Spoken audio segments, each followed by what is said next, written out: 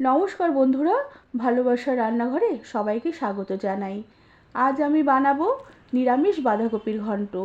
রেসিপিটি ভালো লাগলে একটি লাইক, শেয়ার আর সাবস্ক্রাইব করে দেবার অনুরোধ রইল। প্রথমে আমি একটি ভাজা মশলা তৈরি করে নেব। এর জন্য শুকনো খোলায় একটি শুকনো লঙ্কা, এলাচ, দারচিনি, জায়ফল, গোলমরিচ আর খানিকটা গোটা ধনে আর গোটা জিরে আর সামান্য একটু নুন দিয়ে কিছুক্ষণ মশলাটাকে ভেজে নেব।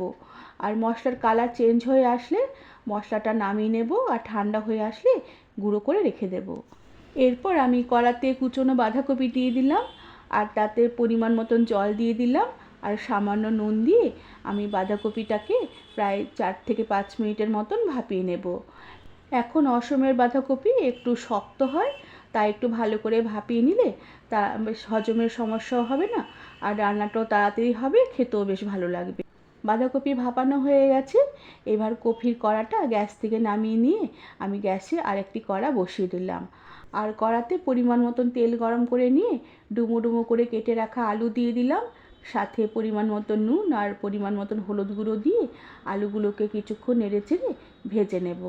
আর আলু লাল হয়ে ভাজা হয়ে আসলে আলুগুলোকে কড়া থেকে উঠিয়ে রেখে দিলাম। এবার এই আলু ভাজার তেলেই একটি তেজপাতা ছিঁড়ে ফোড়ন দিলাম আর সাথে সামান্য একটু জিরে ফোড়ন দিলাম।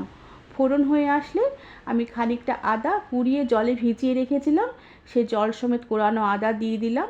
তার সাথে টমেটো বাটা দিলাম আর চেরা কাঁচা লঙ্কা দিলাম আর কাশ্মীরি লঙ্কার গুঁড়ো দিয়ে দিলাম আর সাথে পরিমাণ মতো নুন, হলুদ গুঁড়ো আর সাথে গুঁড়ো করে রাখা ভাজা মশলাটা দিয়ে দিলাম। এবার মশলা আমি বেশ কিছুক্ষণ ধরে নেড়ে চেড়ে একটু ভাজা ভাজা করে নেব। আর মশলা বেশ কিছুক্ষণ ভাজা ভাজা করে নিয়ে আমি আবারও সামান্য একটু জল দিয়ে দিলাম। এবার মশলাটাকে আমি বেশ ভালো করে কষিয়ে নেব যতক্ষণ না মশলার জল শুকিয়ে মশলায় বেশ তেল ছেড়ে ছেড়ে আসে। আর মশলার জল শুকিয়ে তেল ছেড়ে আসলে আমি এবার ভেজে রাখা আলুগুলোকে মশলায় দিয়ে দিলাম। এবার আলুর সাথে মশলাগুলোকে কিছুক্ষণ নেড়ে চেড়ে কষিয়ে নেবার পরে আমি ভাপিয়ে রাখা বাঁধাকপিগুলোকে দিয়ে দিলাম। এবার আলু, বাঁধাকপি সব মশলার সাথে বেশ ভালোভাবে মিশিয়ে নেব। এভাবে কিছুক্ষণ মশলার সাথে বাঁধাকপি, আলু বেশ ভালোভাবে মিশিয়ে নেবার পরে আমি পরিমাণ মতন ছোটো বাটির 1 বাটি জল দিয়ে দিলাম, যাতে বাঁধাকপি, আলু বেশ ভালোভাবে সেদ্ধ হয়ে আসে।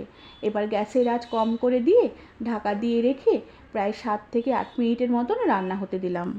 প্রায় মিনিট 10 মতন আমি গ্যাসের আঁচ কম করে দিয়ে ঢাকা দিয়ে রান্না করেছি। বাঁধাকপির জল বেশ শুকিয়ে এসেছে আর আলু বেশ সেদ্ধ হয়ে এসেছে আর বাঁধাকপিও বেশ অনেকটা মজে এসেছে।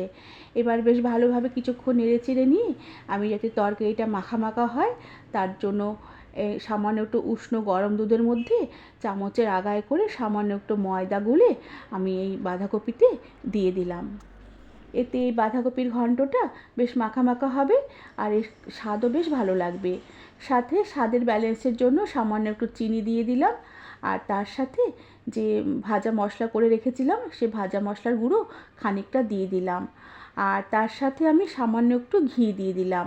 যেহেতু নিরামিষ তরকারি, ঘি দিলে এর স্বাদটা বেশ ভালো খুলবে। এবার এই সব কিছু বেশ ভালোভাবে আমি মিশিয়ে বেশ নেড়েচেড়ে ঘন্ট করে নেব। এভাবে কপিটাকে আরও প্রায় মিনিট 1.5-2 মতো নেড়ে চেড়ে আমি বেশ ঘন্ট করে মাখা মাখা করে নিয়েছি। এবার আমি গ্যাসের আঁচ বন্ধ করে দিয়ে ঢাকা দিয়ে রেখে আরও প্রায় 2 মিনিটের মতো স্ট্যান্ডিং টাইমে রেখে দেওয়ার পরে সার্ভ করে দেব। বন্ধুরা, আমার এই নিরামিষ বাঁধাকপির ঘন্টের রেসিপিটি তোমাদের কেমন লাগলো আমাকে তোমরা কমেন্ট করে জানাবে আর ভালো লাগলে একটি সাবস্ক্রাইব করে দেবে। আজ তাহলে আসি, পরে আবার একটি নতুন রেসিপি নিয়ে দেখা হবে। ধন্যবাদ বন্ধুরা।